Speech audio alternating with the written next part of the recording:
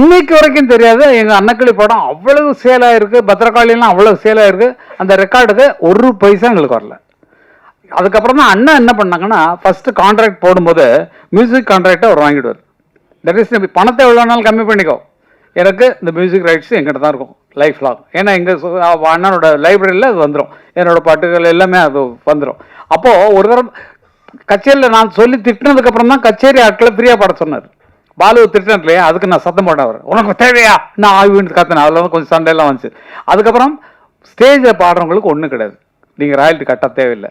அதை எடுத்து யூஸ் நீங்கள் 7 கோடி ரூபாய் கொடுத்து ஒரு மியூசிக் ரைட்டர் போட்டு அவன் பாட்டு கைதட்டல் விழாமல் எங்கள் பாட்டுக்கு விழுந்துட்டு இருக்கியா? நீ பொட்டு வச்ச தங்க கோடா ஊருக்கு நீ மகுடம் போட்டோம். அந்த பாட்டை போட்டு நீங்கள் ஆடுனீங்கன்னு அர்த்தம். சொர்க்கமே என்றாலும் அது நம்மூரை போல வருமா? 7 கோடி ரூபாய் கொடுத்தவன் பாட்டு கிட்டாவில்ல, எங்கள் பாட்டை போட்டவொடனே கைதட்டல் வருது.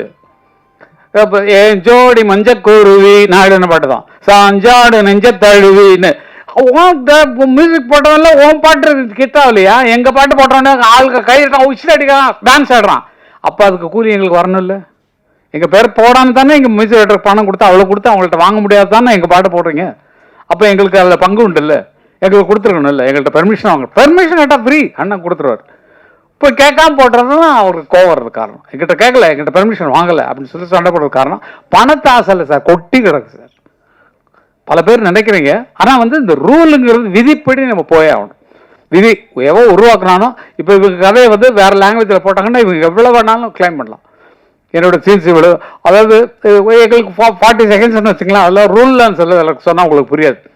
அந்த மாதிரி அவங்க கதையின் மெயின் கதையை எடுத்து வேறு கதை பண்ணாலும் இது நம்ம கதையில் ரெஸ்பான்ஸ் பண்ண கூப்பிட்றாவன அப்படின்னு சொல்லி கூப்பிட்டு நம்ம வாங்கிக்கிறதுலாம் ரைட்ஸ் உண்டு.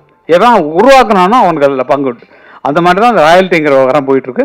அது இனிமேல் பிரச்சனையே வேண்டாம். ஏன்னா பாருங்கள், எந்த படத்துக்குமே வராது. ஏன்னா எங்களுக்கு தெரியல, நம்மகிட்ட பெர்மிஷன் கேட்காம போட்டுக்கானே அப்படிங்கும்போது தான் உங்களுக்கு வருது. அஜித் படம் அதெல்லாம் ஒன்றும் இல்லை, எங்கள் பாட்டு அவ்வளோதான். ஒன் மியூசிக் ரைட்டரால் போட முடியல, எங்கள் பாட்டு தான் உனக்கு ஜெயிக்க வைக்குது அப்படிங்கிற சந்தோஷத்தோடு இருப்போம் நாங்கள். அது கேட்டுருந்தா இன்னும் சந்தோஷமாக கொடுத்துருக்கோம்.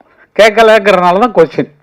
என்னுடைய சொத்தை எப்படி திருடலாம், நீ என்னுடைய கேட்டுக்குள்ள எப்படி நுழையலாம், நீ தான் ஒரு மியூசிக் ரைட்டர் வச்சிருக்கே அவனை படத்து இல்லையா அந்த மாதிரி அப்படின்னு சொல்லி அவங்களாம் என்கரேஜ் பண்ணுறதுக்கு தான் அந்த விஷயம் எல்லாம்.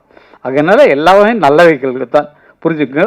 எல்லாம் எங்களுக்கு பணத்தாசை கிடையாது இல்லை, எக்கச்சக்கமாக இருக்குது, செலவு பண்ண முடியாமல் எக்கச்சக்க பணம் வச்சுருக்கோம்.